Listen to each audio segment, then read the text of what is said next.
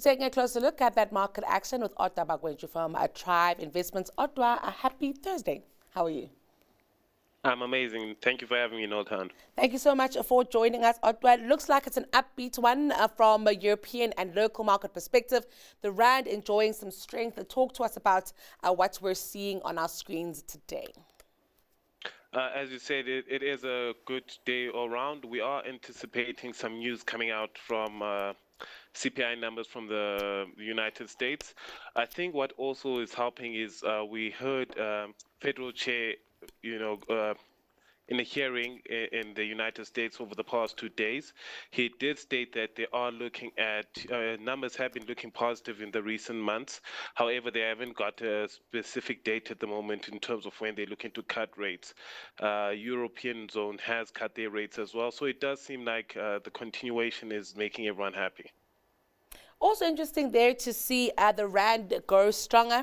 We did see that GNU rally, and then there was a bit of a sell-off. I'm keen to get your thoughts on whether now we're just looking at inflation data again, considering that all on the political front has settled, thank goodness.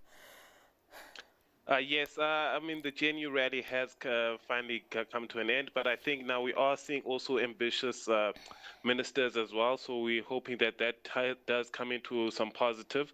We have, I think, also the announcement of the different ministers is what has caused this. But also, I mean, we do have some strong businesses in South African Inc. Which are now standing above and beyond, where there's no more fear of the worst case, where it's just now business performing well according to what they merit. Keen to get into some company news now, maybe starting off with Sibanye and news of a cyber attack there. We do hear of these happening actually quite often, and maybe it's not a bad thing that once in a while, we get these cyber criminals coming to test if you really are as secure as you might say. I see the share price is down almost 1.5%, but that could also be based on a very mixed bag in terms of what we're seeing with the commodity cycle and not based on this attack. Sibanye is a special case in terms of the commodity cycle. Unlike the others where they have had a good run, Sibanye has just been plagued with a lot of bad news. This cyber attack being one of them. However, if you take a look back, I mean, they've also had some layoffs of recent. There have been some strikes as well. The Sibanye as a whole just is in a very tough situation right now, and that it may be a contributor towards the cyber attack as well. It just seems like Sibanye is plagued with a lot of bad news. Well, I hope we might see that turn around for them, considering that their management is actually quite strong. Let's talk Pick n Pay now. More news on that rights offer. Yesterday, I think the share price was up just over 2.2%. It told me that investors might be fine with where we are with Pick n Pay at this point. I think all the bad news priced in, and now we're looking for optimism around the Pick n Pay story. Pick n Pay, I mean, it's good news in terms of the rights issue that they released. They are looking at 51 shares for every 100 shares owed in terms of the rights issue, and they'll be raising their 4 billion rands with that. I think the turnaround right now is just that everything is falling into play with the rights issue, number one, the unlisting of Boxer later on. It might help with a above 20 billion rand debt that they currently have to try and alleviate that. They do have a long way to go, but this is definitely a start in that right direction.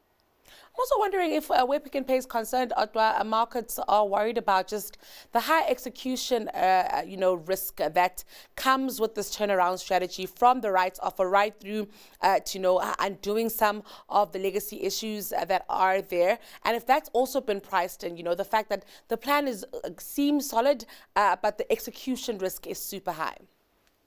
100%. It's all about execution right now, and I think that's why you haven't seen it bounce back to previous or the levels where it was at 2 years ago. For me, I still believe that personally, Pick n Pay is a hold type of business where, as you say, execution is quite important at this point.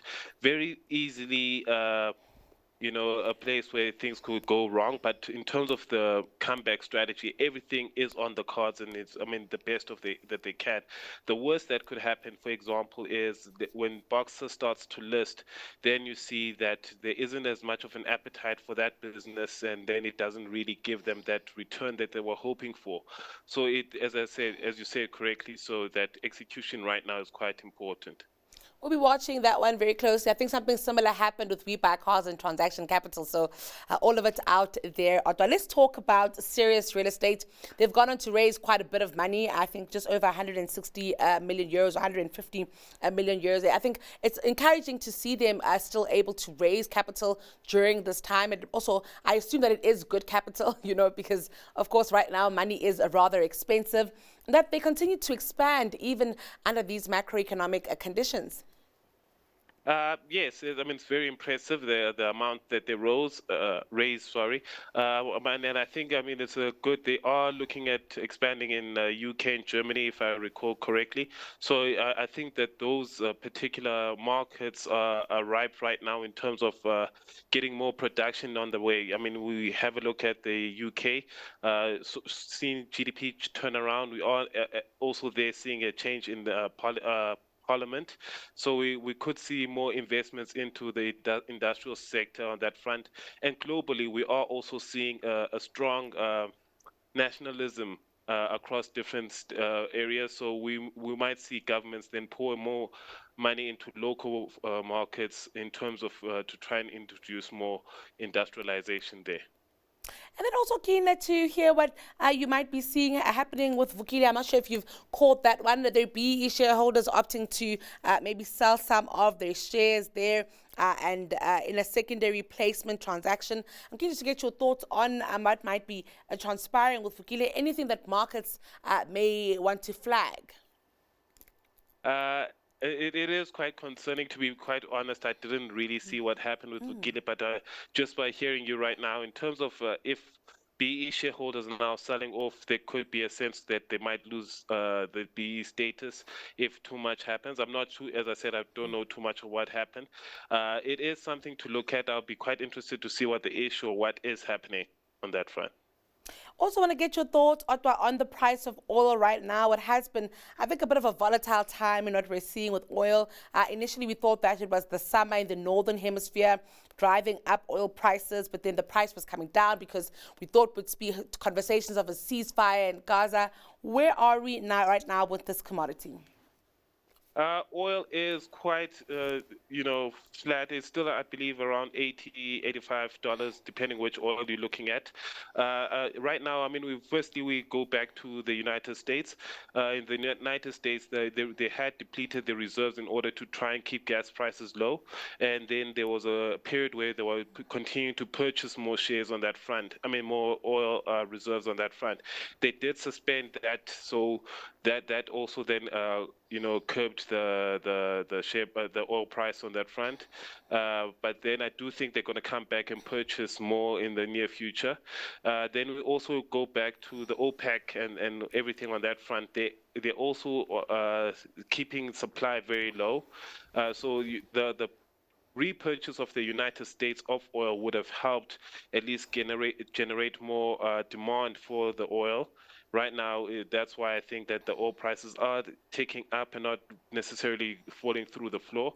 Now, with everything not, let's not say cooled off, but not as inflammatory in the Middle East, we may be now seeing that at least they not a ceasefire per se, but at least there isn't escalations with Iran or limiting the supply of oil across the world. And I think that's why it's not.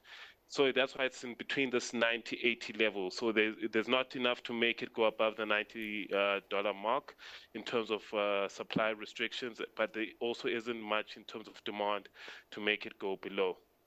Well, we're not complaining here at home at all, Otwa. Let's get your stock pick this afternoon.